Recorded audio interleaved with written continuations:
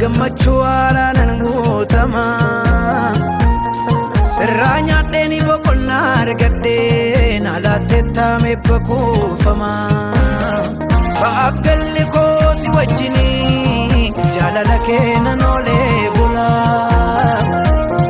naaf gumaachite galaaloo nan hariinee marka koo bulla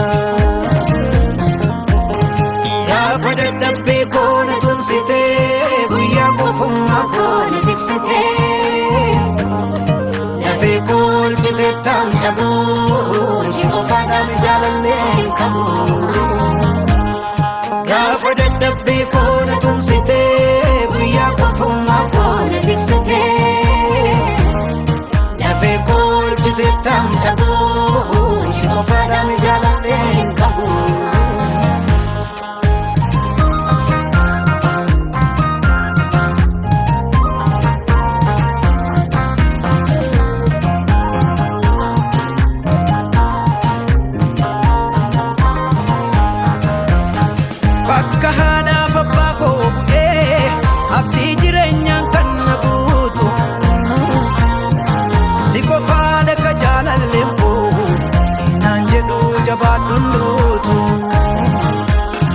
Gaachanni koo gaafa muuddamaa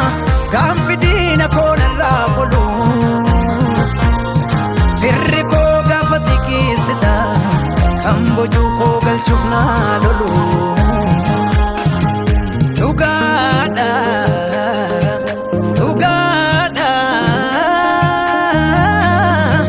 anaaf michuun garaa koo sumaadha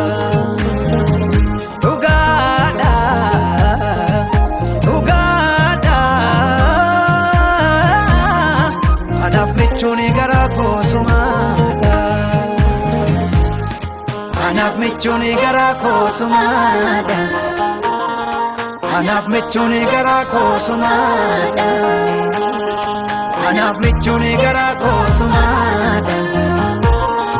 Anaaf michuun garaa koo sumaadha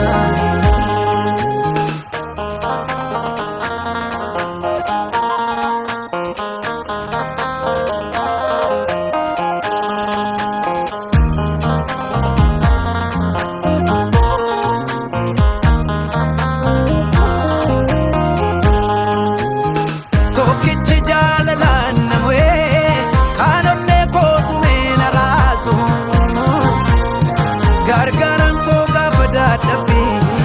akkan kufee qabeena kaasu si ta'uusaa ijaan argeera michuu yoomuu na biraa nafne magansiin argadheem Yesuus koo siidha hirkoon na jalaan cabne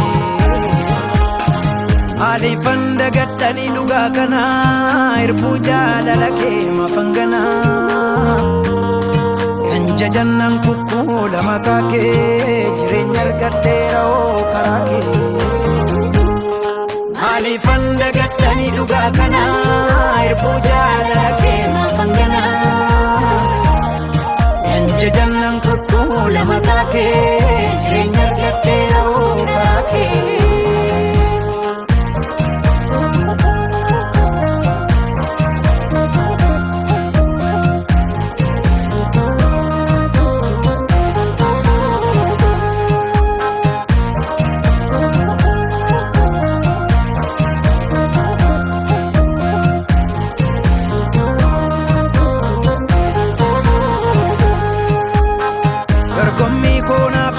malee jireenya koon harkatti hin dhiigne